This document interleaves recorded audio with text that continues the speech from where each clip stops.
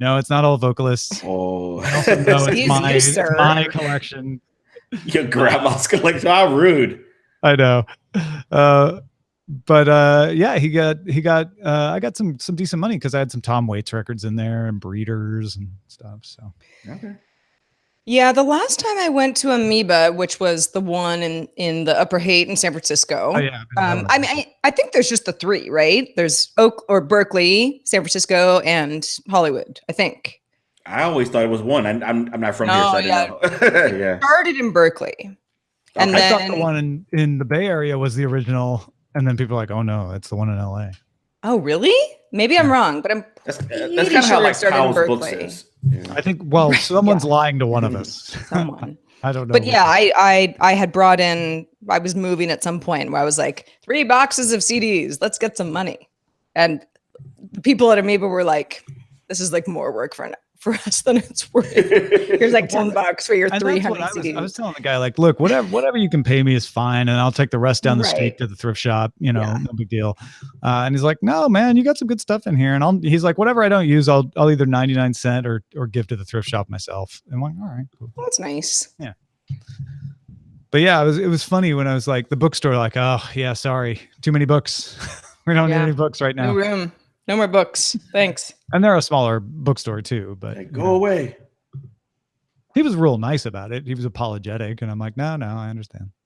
One of my neighbors on the street that I live on is a walk street, meaning you can only walk down it. You can't drive a car.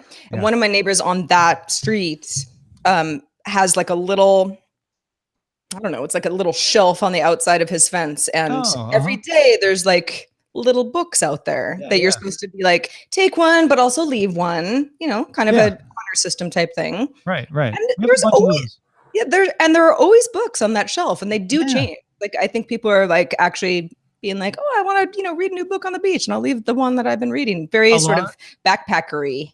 A lot of times when I'm walking the dogs, I'll take some of the books that have been sent for Sword and Laser that are review copies with, do not sell. And I'll take them to the little neighborhood libraries like that and just leave them there. Yeah.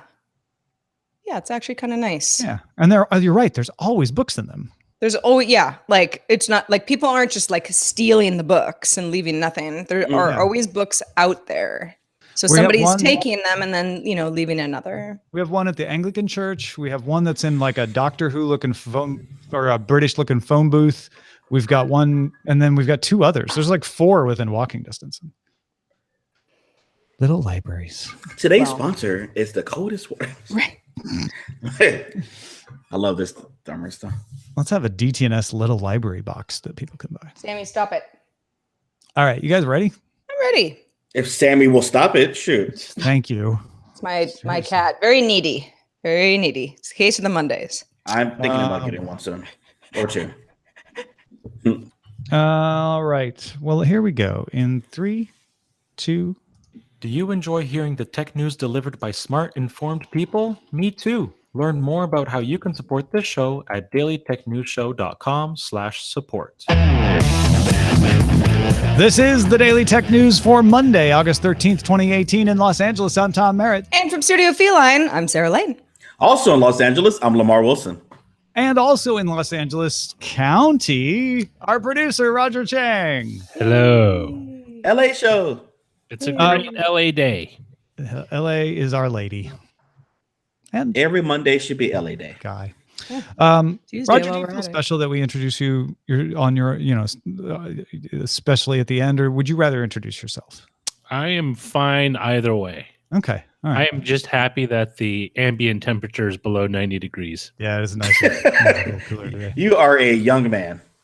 Well, folks, the opposite of that. DEFCON and Black Hat happened this weekend in Las Vegas, which means a field day of headlines to scare the crap out of you. We're going to talk about that. Well, let's start with a few tech things you should know. Spotify is running a test in Australia to see what happens when it lets listeners on its free tier skip any ads anytime they want. Now, advertisers won't pay for ads that are skipped. The idea is to create ads that people don't mind listening to so that they perform better and keep users on Spotify rather than getting put off by ads and then leaving. Tesla CEO Elon Musk published a statement saying that he has been talking to Saudi Arabia's public investment fund about taking Tesla private since the beginning of last year.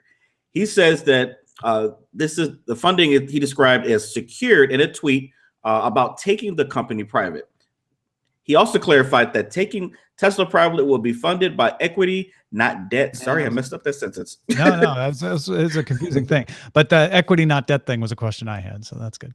Airbus announced its solar-powered Zephyr S HAPS, which stands for High Altitude Pseudo Satellite, flew for 25 straight days. That sets a record for any airplane and beats the previous record of the previous Zephyr of 14 days. The Zephyr uses only solar power to fly at 70,000 feet. UK military has ordered 3 of the aircraft, and one might assume that Facebook would be shopping for this now that they've stopped making their own aircraft for Project Wing.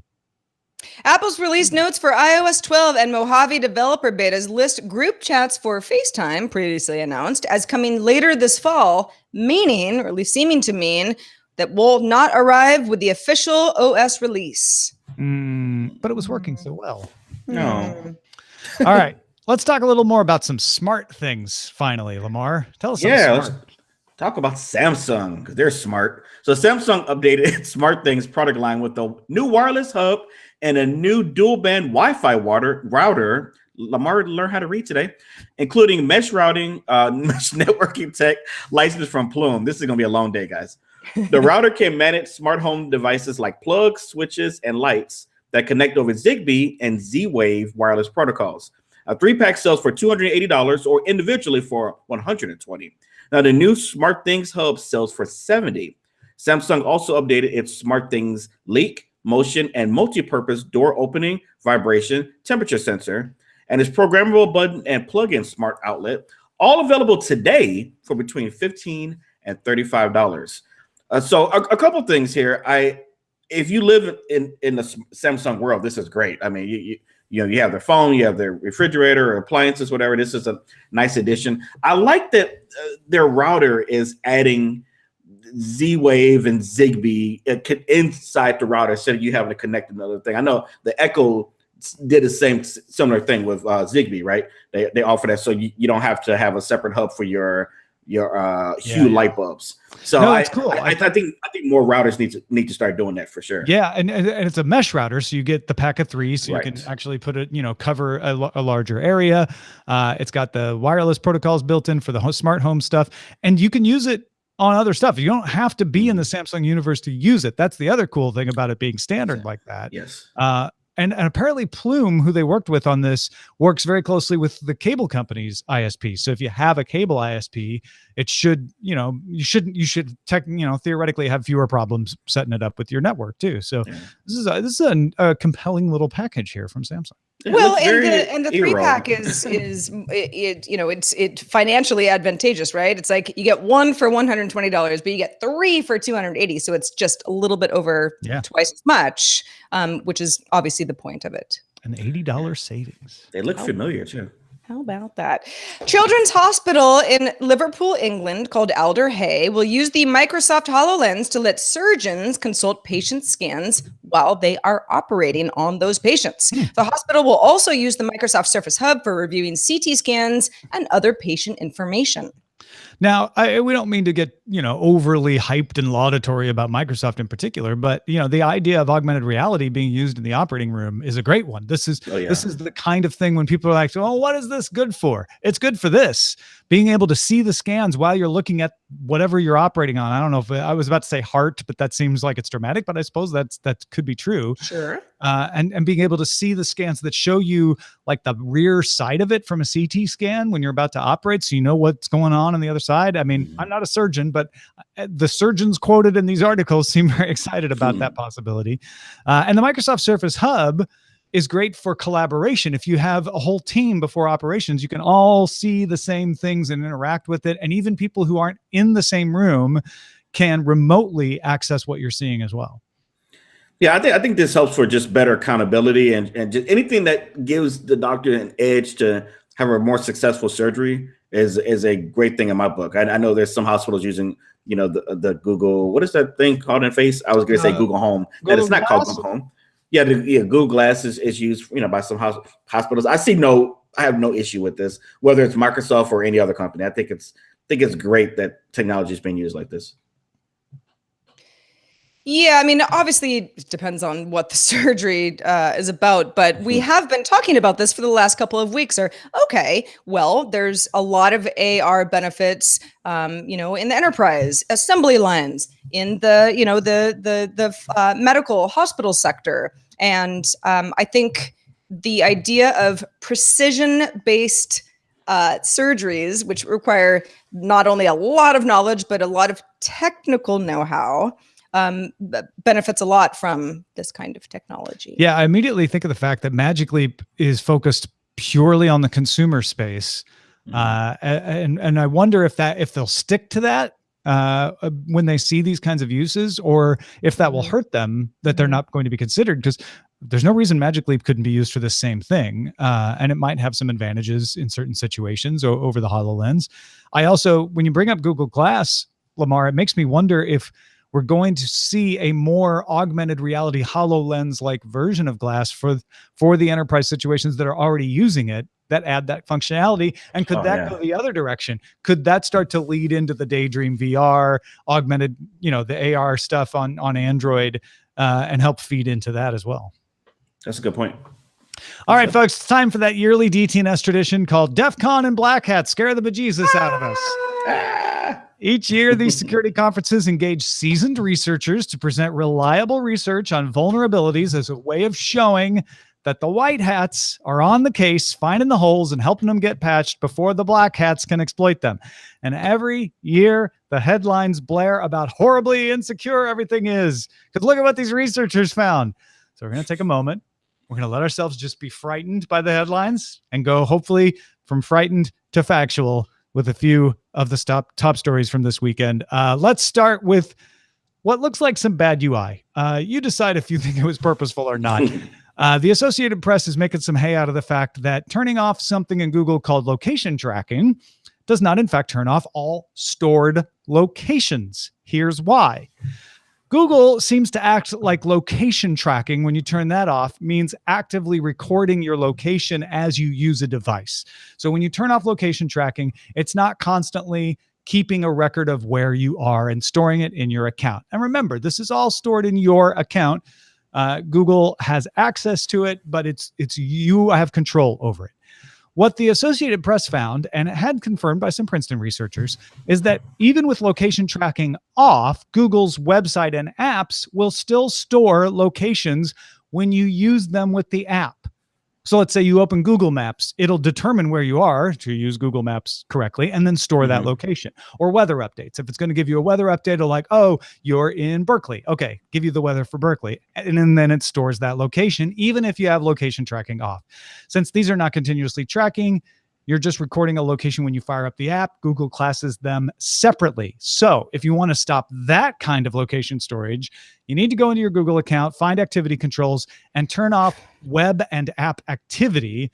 And then you can also, in that same Google account interface, delete any saved location data from your Google account as well. All right. So, I was just about to say, what do you think?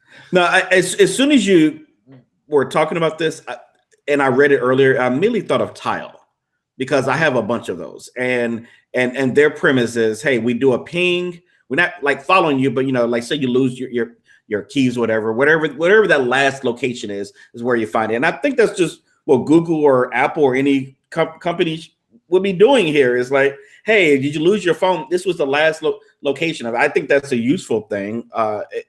And I can see how people like, hey, if I turn this off, you should turn everything off. But that just wouldn't be, it doesn't sound like it would be practical for this kind of device. So I don't see a harm here.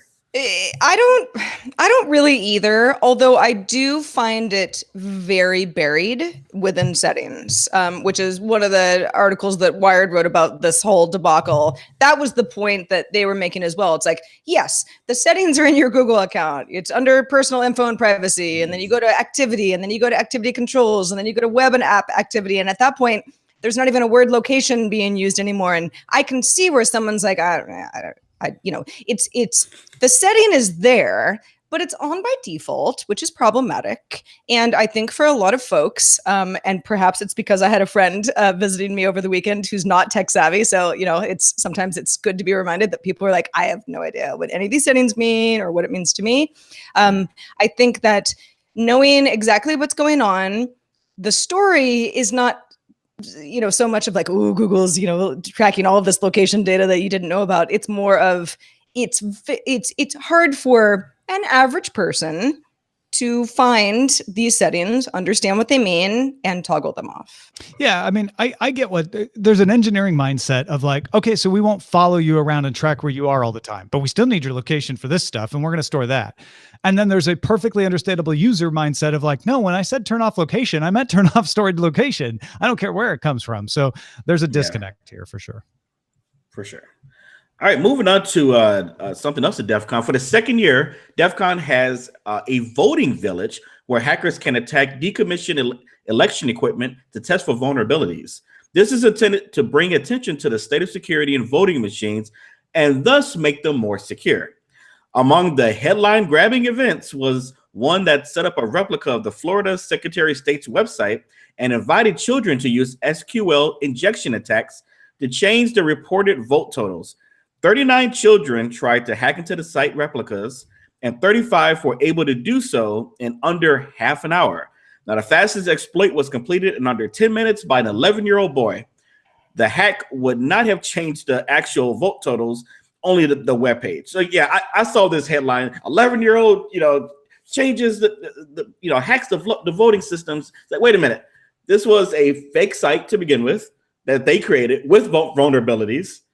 No, it was a replica. It was a replica of the actual Florida site. The article made it seem like it wasn't an exact copy of it. The Secretary of State's Association said, well, of course, in this situation, you'd be able to hack it, but our various state sites are more secure. And the people setting this up at DEF CON said, well, actually, I think our setup was actually slightly more secure than yours. So there's an argument about definitions there, but they were meant to replicate an actual website served without, of course, actually hacking the real website. Yeah, and what was interesting, what they were saying is like realistically, of course, the voting commission or was saying that realistically, no one would be able to physically do this to a machine. They wouldn't be able to walk in, that's a different thing. That's hacking the voting machines. This is just the website. You don't need physical access to hack the website. What do you think the thinking was behind decommissioned and kids? Because it's like it's decommissioned, right? So it's like this is not necessarily a threat that's sure. plaguing us currently. And I think this is confusing. There are two different things. There's the decommissioned election devices, which means you're not hacking something that's going to be used in a future election. That's what I was reading. And that's important. Yeah. And that's the one Lamarr was saying you'd have to have physical access. So that's a little more sophisticated of attack. Then there's the kids hacking the replica website. That's not decommissioned. That's just we copied the website that's out there, and I think this is where the lost in translation moment comes in. Is we're talking about a conference that a lot of people bring their kids to help them learn because they're excited about it, and they need to have kids events. Over the years, DEF CON and Black Hat have been like, hey, there's kids coming. Let's have some kids events to get those coding kids something to do, and that's what this is. So that's why you have it for them. Yeah, the scare tactic here is like, they can go in and change election totals, and in reality, they're not changing anything except a number that's on a web page. So, however, I did get the point of this. It's like, well, hey, if it's easy enough for a kid to do, you need to tighten your security. So I think the security for the machines, decommissioned or not, for the websites are crazy under secure. Like I don't understand how every year something as easy is able to happen like this. And I think another really important thing this shows is the Secretary of State's Association didn't cooperate with this test. They didn't do what a responsible tech company would do in this situation and say, hey, disclose to us what these vulnerabilities are so we can patch them right away. They sort of tried to minimize the fear, uncertainty, and doubt because they're reacting to the headline that says 11-year-old hacks Florida website, right?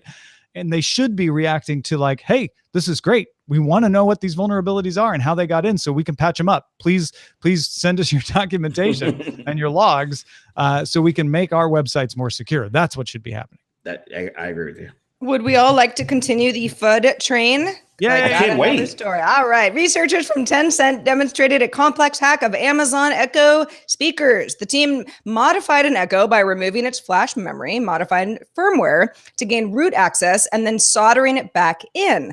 The modified Echo was then added to the same Wi-Fi network as other Echoes. Flaws in Amazon's whole home communication protocol and voice interface were exploited to get full control of these targeted speakers. Now, Amazon has patched the exploited vulnerabilities, and that's where we are now. However, and that's where most of these stories end. Is security researcher found an interesting hack, told the company patched it, then they give their presentation at DEFCON, and that's what's going on here. This is pretty sophisticated. Like, you actually have to do some not easy modification to an Echo. It's doable by probably a lot of people in our audience, but it's not something you just, and anybody could just throw together. Then you have to be able to get onto the Wi-Fi network. Again, totally doable, but also not something that everybody's going to be able to do to every network.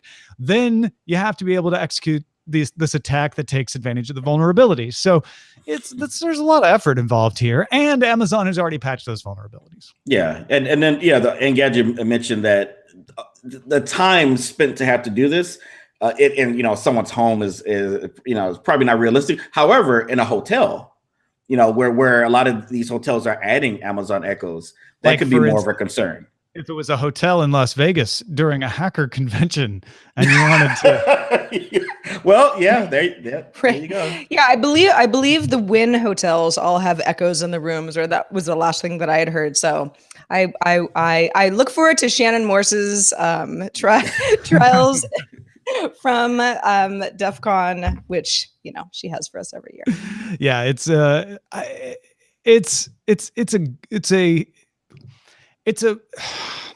trying to figure out how the best way to say this. It's an important thing to pay attention to because there'll always be another vulnerability. Sure. And so you should be aware that, hey, if I'm using this Amazon Echo, maybe I should be careful about what I tell it, what I ask it to do, and the permissions I give it in case there is somebody listening in this hotel.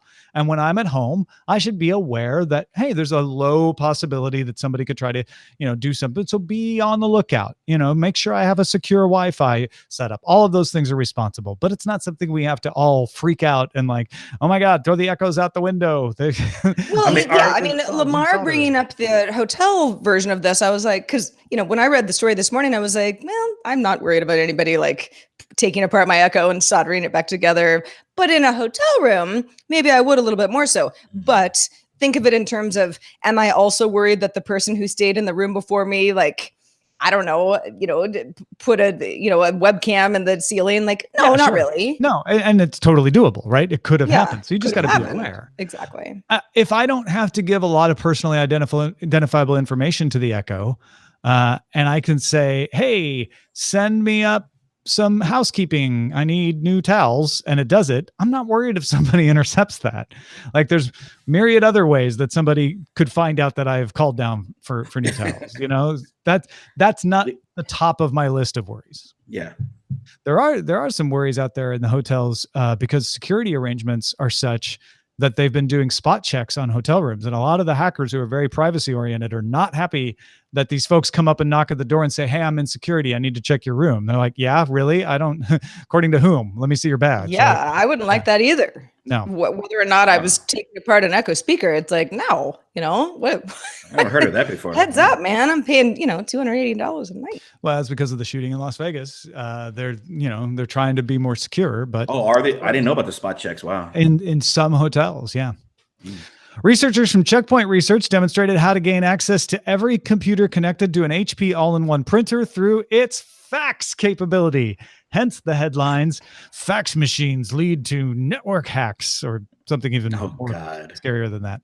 A faxed image containing malicious code that then was stored on the printer was used to be able to do an escalation attack. I think, it may not have been an escalation attack, but it was used to be able to gain access into the network. And then once you're in the network, you can do all the normal, like, things that you can do when you're inside a network to try to do privilege escalation and all of that.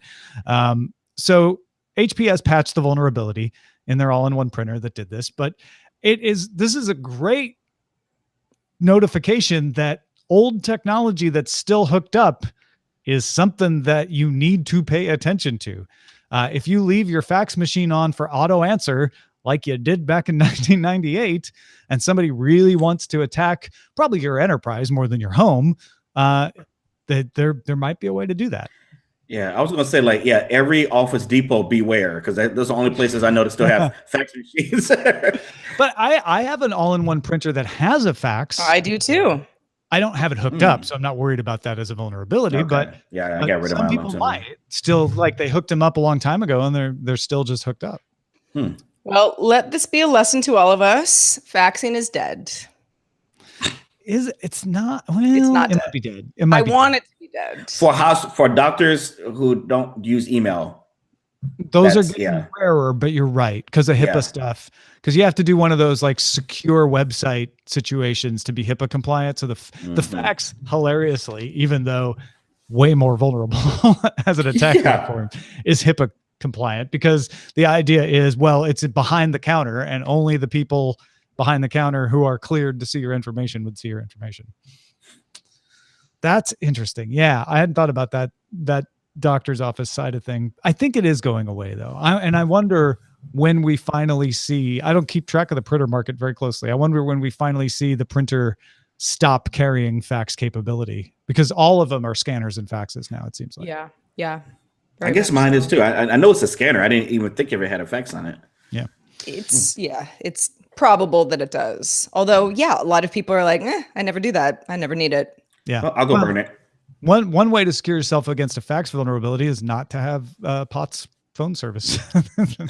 Right. Or don't buy HP. Well, as long as I actually have one of those, and I will admit to using the fax functionality, as we were talking in the pre-show. When I was getting my mortgage, I kind of got frustrated with the mortgage broker because they didn't understand Dropbox or anything else. It's like, fine, I'll just fax it to you, just straight to your office. The simplest way is to unplug the phone line. Yep. And that's what I do. I leave it unplugged until I actually need it. Hey, folks, if you want to get all the tech headlines each day in about 5 minutes, be sure to subscribe to dailytechheadlines.com. Also, a big thanks to everybody who participates in our subreddit. We love ya. Submit stories and also vote on other stories submitted at dailytechnewsshow.reddit.com. Want to hang out on Facebook with us? Great. Facebook.com/groups/dailytechnewsshow is where to go. And you can email us or fax us. Actually, you can't fax us. Don't fax. We don't have a phone line. So just email us, and then Sarah might read your email on the mailbag. Yeah, exactly. Like Chris's email, he was referencing our story last Friday, I believe, about Redfin directly selling homes to buyers rather than having that sort of realtor middleman. Chris says, regarding Redfin selling homes to buyers, I have a law degree, worked in finance, worked in construction on private homes, went with a realtor because I was in a neighborhood that I was unfamiliar with. I think she showed us maybe 3 houses that she actually picked. Those homes were generated off an automatic search. The exact same automatic search that I set up using Zillow and Trulia. No joke. Same results I got from Zillow as I did from her, but Zillow offered me more info on the property. Every other house, more than a dozen, we looked at were picked from Zillow and Trulia searches, and then the realtor set up the viewings that I can set up with a call to the seller's realtor or even the seller directly. She offered no insight into the area, told us she wasn't legally allowed to, and on several occasions tried to convince us that the price on the house was very good for the area when the home was overpriced, at least, in Chris's research. Everything was about making the sale, but if we went on Trulia or Zillow, and of course there are others, we could get reports on crime rates, school quality, and the like. We're even giving more information on when the home was sold fast, for how much, and all the work that had been done to the house. Things the realtor never offered. The bank handled all the paperwork. She just handed over the key. And again, this was one of the top-rated realtors that we could find in this new neighborhood. So what are realtors offering now? They're not handling paperwork for the sale. They get their houses off auto-generated searches, same as I do. They can set up viewings, same as I can. They can't give any insight into the area, but the websites can. The realtor gets a nice fat commission check at the end of the day for very little work. This is according to Chris. As far as I can see, we've done everything the realtor can do, and we can save on the commission costs by cutting them out. So if Redfin wants to make it even easier and cut out the realtor, sounds great to me. I don't mind selling to them and buying my next house without a realtor. Ooh, they're going to be emails coming in from real estate people. Yeah. I don't know who rated that realtor, but that realtor sounds awful. Very awful. I think there's two things going on here. One is your realtor was not good. Our realtor did a lot of things. I mean, first of all, I don't want to call around and set up 6 or 7 viewings like my realtor did. She took care of all of that and was fantastic. I also was getting way more information from her MLS printouts than was available on Redfin. So I don't know what your realtor was handing you, but it was crap. Like I'd be mad too if I was Chris. We had a way better realtor than that. And she was worth the value and gave us insights on the neighborhoods. Like, I don't know what that's about. But I also think in a less competitive market than LA, where in LA, you have to look at, 8 to 10 properties at a time if you want to even put in an offer. You also have to put in multiple offers at a time, which our realtor handled all that paperwork. The bank didn't do that. She handled the multiple offers and the counter negotiations. If you're in a market that's not that competitive, then yeah, maybe there's less for the realtor to do, and you don't mind doing that on your own because you're only going to pick 2 or 3 houses to go look at. And sure, maybe you have the time to set that up. But I think different situations are different. And I think there definitely is still a place for a human. This is the sort of the AI versus the human debate for me. Like, there are things that my realtor did that I absolutely was appreciative that I had a human being doing. And she was encouraging us to use Redfin to pull listings and help supplement the ones she found. She found some cool stuff. We found some cool stuff, and it all worked together. So it all depends on who you get. Well, and I think it depends on, Chris's point of like, this information was already available to me. The realtor just didn't offer anything. Well, and that's probably true. And there are probably lots of realtors who are just, kind of coasting on the fact that once upon a time, the buyer didn't have access to any of this information. But like you said, Tom, it depends on, well, are we looking for something specific that's unique to my family or me, or, what I might want. And, does desert landscaping work for me? And, that personal also, feel that you're not going to get through just a bunch of specs on a website. The MLS database my realtor had more information than Redfin. Like, I don't understand what she was given, Chris, but it wasn't good. She wasn't good at all. Do you see this changing in the next 5 years, 10 years, where it is all automated? Like, and you just I don't know that I want it to be. I think there will always be a place, maybe in less competitive markets, it could get all automated. But I think there's a place for having someone kind of driving you around and helping you select, like, whittle down the overwhelming number of choices out there. And the biggest thing that I can say is helping you negotiate the multiple offers and figuring out how to prioritize your offers and stuff like that in a heated up market. That's incredibly helpful. Mm-hmm. I think I've never bought a home, so this is something that I can't, but I have no actual personal experience, but I liken it to buying a car, right? I can do lots of research on the car that I want. There's no car out there that I can't find a lot of information on before I walk into a dealership and try to drive out with that car. And knowing that, people who are in the real estate or car sales or comparable positions often work on commission and are motivated to sell. And that's more of that kind of social engineering part of it that I'm like, you kind of just need to understand that and be able to read between the lines sometimes. But yes, I agree that the idea of, well, nobody needs a realtor, it's a middleman that doesn't make sense anymore, is jumping the gun. Yeah. Interview your realtor. Find one that actually is good. Don't just pick one out of the book. That would be my recommendation. And if you're in a small market, if you're in Sorrento, Illinois, you probably don't need a realtor. Just go find the house and talk to the person. You can figure it all out.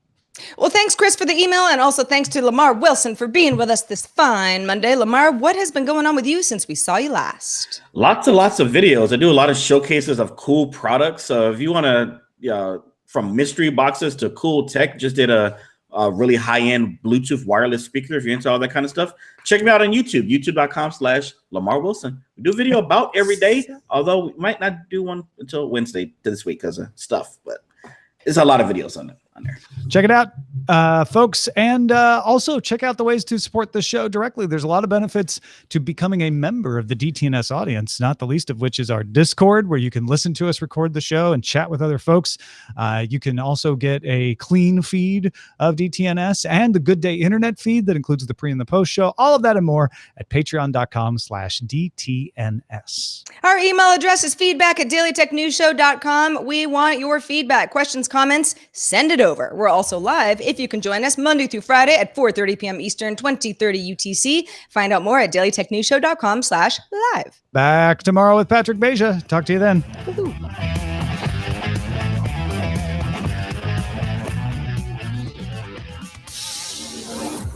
This show is part of the Frog Pants Network. Get more at frogpants.com. Diamond Club hopes you have enjoyed this program.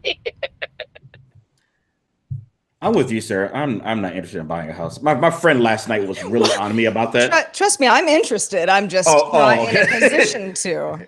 Yeah, my friend. Yeah, he was really on me. He's like, you need to start owning property. It's like, it's one of those things. Like, I don't know. What if I don't want to stay here in LA? And he's like, well, you just rent it out. It's like, that's a hassle. And you got to be a landlord and find a rental agency. I don't know. It seems more hassle than it's you sell it. That's all you do. You can't sell it. What if it's 2 years? You can't right? sell it. I mean, aren't you stuck? A friend of mine bought a house, a beautiful house, in the West Adams neighborhood of LA, for anybody who knows the area. Sort of up and coming area, really nice house. And right after she closed on the deal, she got a job in San Francisco, where she came from. And she immediately was like, okay, well, never mind. I don't live here anymore, but I'm keeping the house because it was a really good investment. And now I just have people living there and now I'm a landlord. So worked out nicely. Yeah. It takes us. I mean, either you hire a rental agency to handle that or because it's a pain in the butt to be. I mean, I haven't been a landlord, but I mean, I've rented from really good ones and seen all the stuff they go through. I wouldn't want that hassle personally. Me either. Case in point, my garbage disposal broke yesterday.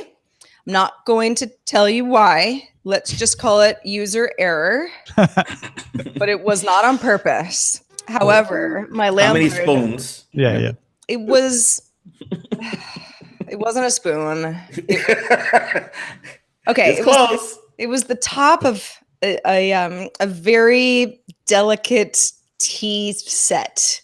Right. So it was like the top, like it just sort of. I know what you're talking about. Yeah, it's my fault. However, it's my landlord's job to fix it, and sure enough, he was like, what's in there? I mean, the garbage disposal is like one of the most annoying things to fix, where I'm like, but you're the landlord.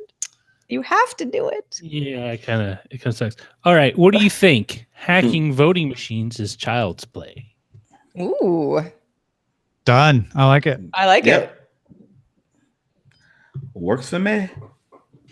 Hacking voting machines is child's play. No, literally, like it was meant for children to do. Actually, hacking voting websites. So maybe we just say hacking voting. Yeah. Machines. Yeah. Not actually the machines.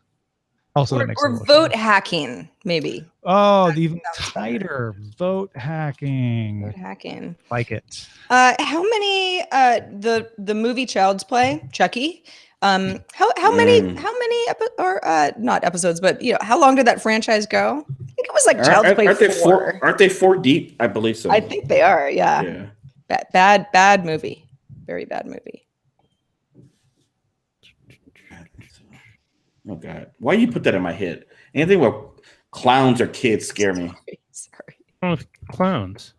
I don't understand where clowns suddenly became like evil. They are though, right? Bozo from Illinois. Tom, you remember that one? Remember Bozo? Oh, that was the Chicago kids. They had Bozo. Well, it was on WGN. So was WGN international? When my brother was young, then we got WGN on cable. When I was young, we didn't get it. Okay. We didn't have cable till I was like 12. Gotcha. Yeah. Bozo was scary too. Ronald McDonald. They're all freak me out. I mean, Got that I actually permanent know smile. somebody, a woman who's a professional clown. And she has been for many years. And, you know, it's sort of like kids' parties, but also, you know, sort of comedy, and it's a whole thing. And I remember once sort of, you know, not because I was trying to offend anybody, but I was like, "Ooh, clowns! Ooh, it's so scary." And she was like, "You know what? I resent that. You know, I'm like, I actually take this pretty seriously. This is a real profession. A lot of people like the movie It like ruined it for all of us. Like now everyone's afraid of us. We're like really nice people trying to make you laugh. So, correction. Depends here. on the clown, obviously. Child's Play went 7 deep. What? Yeah, there was a Bride of Seven. Chucky, It's a DVD at the Seed end, of though. Chucky, Curse of Chucky, and Cult of Chucky. Cult. All Oh. are probably awful because I've never heard of them. Chucky's back again. Bride of Chucky was Jennifer Tilly, I think. Oh, really? Yeah. But that was the last one that I saw. Not her best. But you know.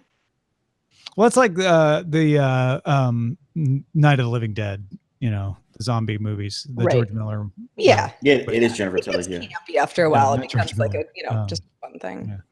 7 movies. Ooh. Hey. Well, Roger, I know you need to go. So Yeah, I mean, I'll circle back. Okay, cool. But I'll have a kid on my lap. So, yeah, it was George Miller. Who was I thinking of? wasn't George Miller and Mad Max? George Miller. Yeah, who was Mad Max? George Miller and George Romero were the zombie team, George Romero is and George Miller is also the Night Mad of the Living Max. Dead, right? Yeah.